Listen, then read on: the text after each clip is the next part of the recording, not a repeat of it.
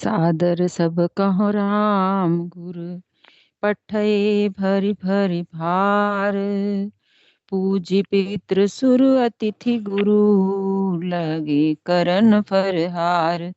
सियावर राम जय जय राम, मेरे प्रभु राम करो कल्याण। श्री राम जी के गुरु वशिष्ठ जी ने सबके पास बोझे भर भर कर आदर पूर्वक भेजे हैं। तब वे पितृ देवता अतिथि और गुरु की पूजा करके फलाहार करने लगे। राजा जनक जब पहुंचे हैं वहां राम जी के पास चित्रकूट में, उसके बाद किसी ने एक दिन तक जल भी ग्रहण नहीं किया। कुछ खाने की बात तो अलग है।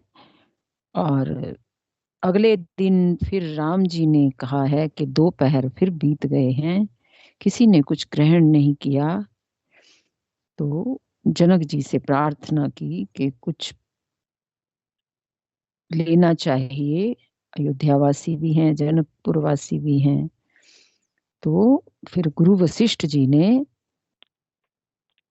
आज्ञा की है और फलाहार किया है सबने। राजा जनक ने मना कर दिया कि यहाँ इस पवित्र वन में हमें अनाज नहीं लेना चाहिए, अन्न का त्याग करना चाहिए। तो सबने फलाहार किया है। गुरु वशिष्ठ जी ने भेजा है बोझे भर भर के, जो सामान मंगवाया गया था वहां के जो आदिवासी लोग हैं, उन्होंने जो भेंट दिया है वो ही इनको दिया गया है, सबको बांटा गया है। इस प्रकार एहि दिवासर बीते चारी, राम निरख नर नारी सुखारी। दो समाज असी रुचि मन माही, बिनु सिय राम फिरब भल नाही। इस प्रकार 4 दिन बीत गए।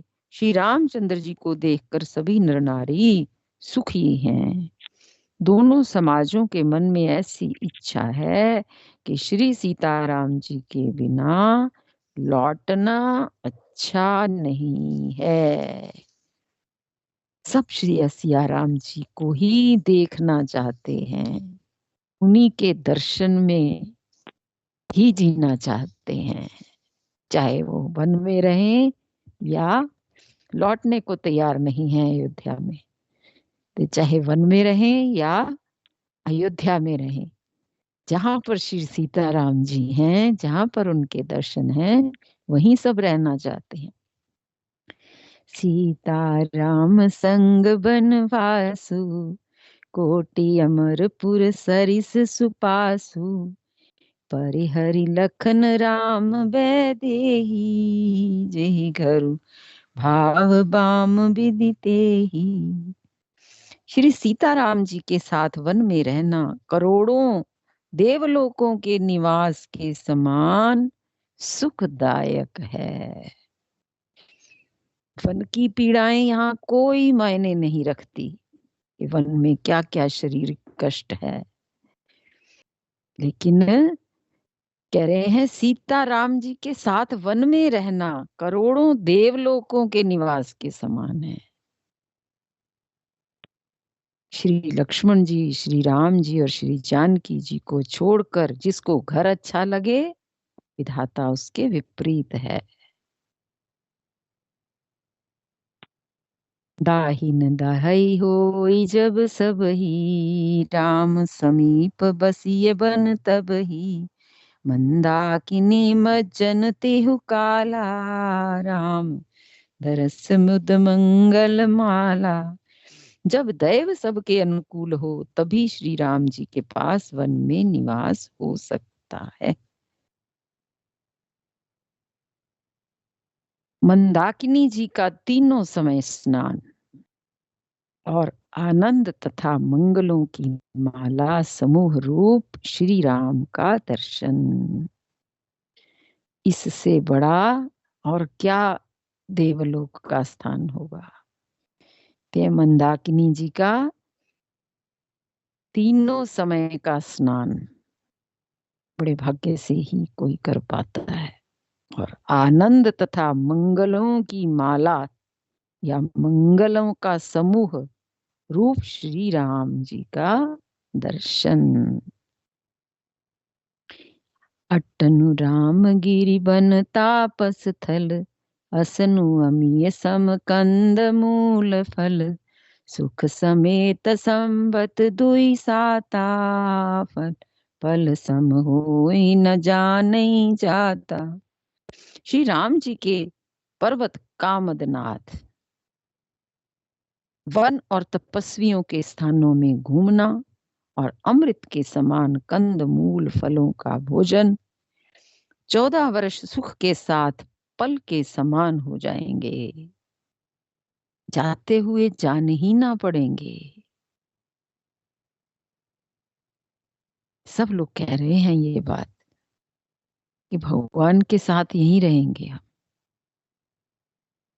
लेकिन सबसे बड़ी बात यहाँ ऊपर ये भी कही गई है कि जब दैव सबके अनुकूल हो, विधाता अनुकूल हो, तभी तो उसके अनुसार हमारे शुभ कर्म हो, हमारे भाग्य हो। भाग्य तो कर्मों का ही फल होता है ना, जो हमने पुरातन जो कर्म किए हैं उनका फल ही तो निकल करके दैव बनता है। अर्थात वही तो हमारी विधि बनती है, वही तो हमारा प्रारब्ध बनता है, जो हमने पहले कर्म किए हैं। जो अब कर्म करे हैं वो आगे का प्रारब्ध बनेगा, कुछ का फल अभी मिल जाएगा। कुछ संचित कर्म जो होते हैं वो आगे के लिए तैयार हो जाता है, हमारा शरीर भी और हमारा प्रारब्ध भी। ऐसे ही कह रहे हैं वो सब कि अगर ऐसा हो जाए, दैव अनुकूल हो जाए, श्री राम जी का के पर्वत कामदनाथ वन और तपस्वियों के स्थानों में घूमना और अमृत के समान कंद मूल फलों का भोजन करना 14 वर्ष सुख के साथ पल के समान हो जाएंगे, जाते हुए जान ही न पड़ेंगे। ये सुख जोग न लोग सब, कहीं कहाँ सुभाग, सहज सुभाए समाज दुहु, राम चरण अनुराग, सियावर राम जय जय राम, मेरे प्रभु राम करो कल्याण। सब लोग कह रहे हैं कि हम इस सुख के योग्य नहीं हैं, हमारे ऐसे भाग्य कहाँ। दोनों समाजों का श्री रामचंद्र जी के चरणों में सहज स्वभाव से ही प्रेम है। भगवान के चरणों में प्रेम होना ये कोई मामूली बात नहीं है, ये बहुत उसके लिए पुण्य का पुंज चाहिए और बहुत ही सहज स्नेह चाहिए, तभी ऐसा मौका मिल पाता है। और फिर कह भी रहे हैं कि हमारे ऐसे भाग्य कहाँ। दोनों समाजों का श्री रामचंद्र जी के चरणों में सहज स्वभाव से ही प्रेम है। जो भगवान के दर्शन हो रहे हैं, भगवान के साथ रहने को मिल रहा है, ये उसका ही फल तो है कि उनका सहज स्वभाव से प्रेम है भगवान के चरणों में। एह विधि सकल मनोरथ करही, वचन सप्रेम सुनत मन हरहि, सिए मात ते ही समय पठाई, दासी देख सुअवसर आई। इस प्रकार सब मनोरथ कर रहे हैं, उनके प्रेम युक्त वचन सुनते ही सुनने वालों के मनों को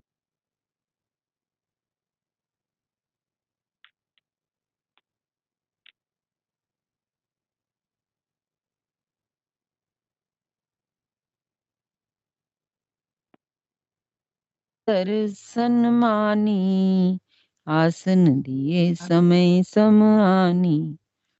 उनसे यह सुनकर के सीता जी की सब सासुएं इस समय फुर्सत में हैं। जनक राज का रनिवास उनसे मिलने आया है। रनिवास में जनक जी की रानी सुनैना और उनकी दासियां ये सब मिलने आई हैं माता कौशल्या से, माता सुमित्रा से, कैकेयी जी से, ये सब मिलने के लिए आई हैं रनिवास। रनिवास में यही सब है। कौशल्या जी ने आदर पूर्वक उनका सम्मान किया और समयोचित आसन ला करके दिए। सील स्नेह सकल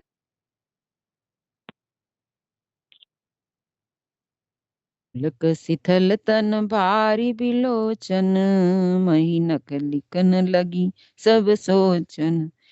दोनों और सबके शील और प्रेम को देखकर और सुनकर कठोर वज्र भी पिघल जाते हैं। शरीर पुलकित और शिथिल है और नेत्रों में शोक और प्रेम के आंसू हैं। सब अपने पैरों के नखों से जमीन कुरेदने और सोचने लगी। सब सिए राम प्रीत की सी मूरत, जन करुणा बहु बेश बिसूरत। श्री राम श्री राम। सिए मात कह विधि बुद्धि बाकी, जो पै वेणु फोर पबिटा की। सभी सीताराम जी के, श्री सीताराम जी के प्रेम की मूर्ति सी हैं। मानो स्वयं करुणा ही बहुत से वेश धारण करके विसूर हो रही है, विसूर रही है, दुख कर रही है। सीता जी की माता सुनैना जी ने कहा, विधाता की बुद्धि बड़ी टेढ़ी है, जो दूध के फेन जैसी कोमल वस्तु को वज्र की टांकी से फोड़ रहा है। अर्थात जो अत्यंत कोमल और निर्दोष हैं, उन पर विपत्ति ढा रहा है। सुनिए सुधा देखिए गरल, सब करतूत करार। जहाँ तहाँ काक उलूक बक, मानस सकृत राल सियावर। राम जय जय राम, मेरे प्रभु राम करो कल्याण। अमृत केवल सुनने में आता है और विष जहां तहां प्रत्यक्ष देखे जाते हैं। इतनी बड़ी बात है। कहते हैं अमृत केवल सुनने में आता है और विष जहां तहां प्रत्यक्ष देखे जाते हैं। विधाता की सभी करतूतें भयंकर हैं। जहां तहां कौवे, उल्लू और बगुले ही दिखाई देते हैं। हंस तो एक मानसरोवर में ही है। अभी कह रहे हैं ना कि अच्छे गुण, अच्छा कर्म, अच्छे लोग बहुत कम देखने को मिलते हैं। ऐसे ही कह रहे हैं, बगुले तो बहुत हैं, कौवे बहुत हैं, उल्लू बहुत हैं, पर हंस, हंस तो विरले ही होते हैं। वो तो केवल मानसरोवर में ही हैं। हंसों की कम है हंस। ऐसे ही जो शुभ गुण वाले लोग हैं, उनकी कमी देखने को मिलती है। कह रहे हैं ना, अमृत केवल सुनने में आता है, विष जहां तहां प्रत्यक्ष देखे जाते हैं। विष की बहुतायत है। अमृत तो केवल सुनने में आता है और विष जहां तहां प्रत्यक्ष देखे जाते हैं। कहने का भाव ये है कि बुराई तो जहां तहां बिखरी पड़ी है, लेकिन अच्छाई कहीं कहीं देखने को मिलती है, बहुत कम देखने को मिलती है। हंस तो मानसरोवर में ही है। सुनिस सोच कह देवी सुमित्रा, विधि गति बड़ी विपरीत विचित्रा। जो सृज पालई हरई बहोरी, बाल के लिसम विधिमति भोरी। यह सुनकर देवी सुमित्रा जी शोक के साथ कहने लगी, विधाता की चाल बड़ी ही विपरीत और विचित्र है। जो सृष्टि को उत्पन्न करके पालता है और फिर नष्ट कर डालता है, विधाता की बुद्धि बालकों के खेल के समान भोली है, विवेक शून्य है। सब दोष विधाता के ऊपर ही आ रहा है। पहले सुनैना जी ने यही कहा कि जो अत्यंत कोमल और निर्दोष हैं, विधाता जो है उन पर ही विपत्ति पर विपत्ति ढा रहा है। फिर ये सुनकर सुमित्रा जी शोक के साथ कहने लगी। कहने का भाव ये है, ये सब जो हैं जैसे अफसोस करने जाते हैं किसी के यहाँ, ऐसे ही